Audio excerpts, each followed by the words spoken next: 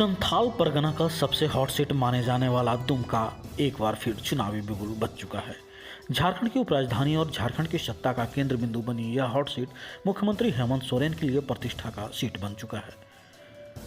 झामुमो की कर्मभूमि दुमका में सीएम हेमंत के छोटे भाई बसंत सोरेन के खड़ा होने से प्रतिष्ठा दांव पर लग चुका है। वहीं बीजेपी अपनी खोई सीट बचाने के लिए भाजपा को एक बार फिर मौका मिल गया है, जिसे भाजपा किसी कीमत पर इस सीट को गंवाना नहीं चाहती। जेएमएम अपने 9 महीने के शासन के आधार पर किए गए विकास कार्य और बेहतर प्रदर्शन के बदौलत जनता के दिल में जगह बनाकर एक बार फिर जेएमएम सीट हासिल करना चाहती है। वहीं जन जंगल जमीन के मुद्दे के साथ एक बार फिर जेएमएम जनता के बीच जाएगा और सरकार द्वारा किए गए वादों को पूरा करने के संकल्प के आधार पर दुमका विधानसभा सीट पुनः जेएमएम के खाते में आएगी। देखिए, पूर्ण रूप से आश्वस्त है। यहाँ तो हम लोग वोट तो कल होगा, कल भी हम लोग जीतेंगे।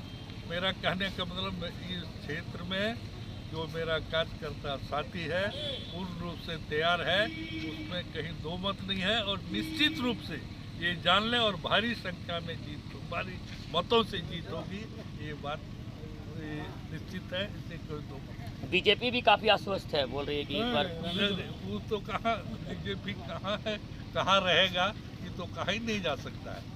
हमारा बिल्कुल अपना जो पुराना मुद्दा है जल जंगल और जमीन, इसके साथ विकास, झारखंड की जनता का विकास रुका पड़ा हुआ है कोरोना की वजह से।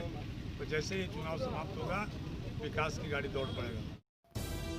वहीं 2019 के विधानसभा चुनाव में बीजेपी के हाथों से फिसला दुमका सीट को किसी कीमत पर इस बार जाने देने के मूड में नहीं है, क्योंकि झारखंड मुक्ति मोर्चा के कर्मभूमि दुमका विधानसभा सीट जीत के बाद सीएम बनते हेमंत के द्वारा यह सीट खाली करने से भाजपा इसे जनता का उपेक्षा का मुद्दा बनाकर जनता के बीच उतर सहानुभूति वोट लेने की रणनीति अपना रही है। बीजेपी की माने तो इस सरकार में सिर्फ लूट खसोट में भीड़, विकास कार्यों से कोसों दूर सरकार सिर्फ बालू पत्थर और कोयले की लूट में ही सिमट कर रह गई है। मजदूरों को लेकर राजनीति करने वाली जेएमएम की सरकार कोरोना काल में उनके लिए रोजगार का उचित व्यवस्था नहीं कर पाई, जबकि दुमका की जनता ने मंत्री से लेकर मुख्यमंत्री तक बनाने का काम किया, लेकिन हेमंत सोरेन यहाँ के लिए कुछ नहीं किया। यहाँ की जनता समझ चुकी है, जिसका जनता माकूल जवाब इस उपचुनाव में देगी, ऐसा कहना है पूर्व मंत्री लुइस मरांडी और भाजपा विधायक अमर कुमार बायोरी का। इतने बड़े लॉकडाउन का समय पार हुआ, झारखंड का मजदूर वर्ग के लोग देश विदेशों में काम करते हैं और इस लॉकडाउन पीरियड में उन लोगों के साथ भी झारखंड के मुखिया हेमंत सोरेन जी ने झूठ बोलने का काम किया और उनको एक हवाई जहाज से लाके एक सपना दिखाने का काम किया।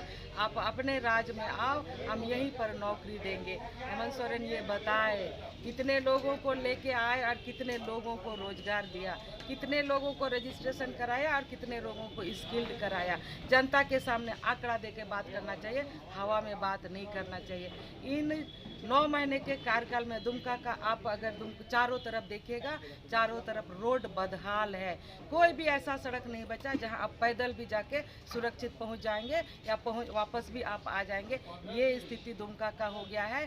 पिछले तो आप लोग के माध्यम से कल हम लोगों ने सुना कि भाई बसंत सोरेन जी यहाँ के उम्मीदवार घोषित हो गए, लेकिन अभी सुन रहे हैं जिन्होंने घोषणा की उन्होंने कहा कि भाई मैं क्षेत्राधिकार से बाहर। माने नियम कायदा कानून नहीं मानना इस सरकार का ऊपर से ही एकदम निर्देशित है। वो कोई नियम कायदा कानून से परे जा करके सब संविधान विधान इनके लिए कोई मायने नहीं रखता है। इनके ये सबसे परे मानते हैं, ये अपने को अलग मानते हैं। इसका उदाहरण और एक मैं बताना चाहता हूँ। भोकल गाजी जी की हत्या का मामला हम लोगों ने उठाया था, जिनके मृत्यु हो गई और उनके 6 महीने के अंदर 2 लोग और मृत्यु को प्राप्त कर गए। रंजीत तुरी का भी मामला था। ये सारे जो दलितों से संबंधित मामले थे, इन मामलों को लेकर के हम लोगों ने राजभवन में धरना देने का परमिशन मांगा जिला प्रशासन रांची की ओर से, लेकिन जिला प्रशासन ने कहा कि कोविड काल है, हम लोग परमिशन नहीं दे सकते हैं। मैंने उनसे डीसी से मैंने पूछा कि आप हमको परमिशन नहीं दे रहे हैं, लेकिन ठीक है हम आपकी बातों को मान लीजिए, कोविड-19 आपको जो है ना परमिशन नहीं देता है। लेकिन जो कांग्रेस वालों ने जो 2 धरना दिया कोविड काल में, एक संविधान बचाओ के नाम पर और एक जी नीट के मामले पर, वो आपने कैसे उनको परमिशन दे दिया? तो बोले सर वो गलती से हम लोग से परमिशन नहीं लिया। तो बोले और भी गंभीर बात है। बहरहाल दुमका विधानसभा उपचुनाव एक बार फिर से राजनीति का हॉटकेक बन गया है, जो आने वाले 3 नवंबर को जनता हार जीत का फैसला इस पे करेगी। लेकिन इस चुनाव में पार्टी अपनी जीत को लेकर अभी से चुनावी मैदान में उतर कर एक दूसरे को मात देने में भिड़ गई है। किसान को बात होकर के धरना प्रदर्शन आज पूरे हिंदुस्तान में 70% किसान निवास करते हैं और वो कड़ी में एवं अफसरगण भी खाते हैं। और उस किसान का आज पूरे हिंदुस्तान का दुर्दशा को देखिए। 70% मत हम देते हैं और हमारे किसान भाइयों ने दिल्ली, लेकिन उनसे बड़ा धोखाबाज आज कोई नहीं है। इसलिए किसान जब जग चुका है वो कहता है कि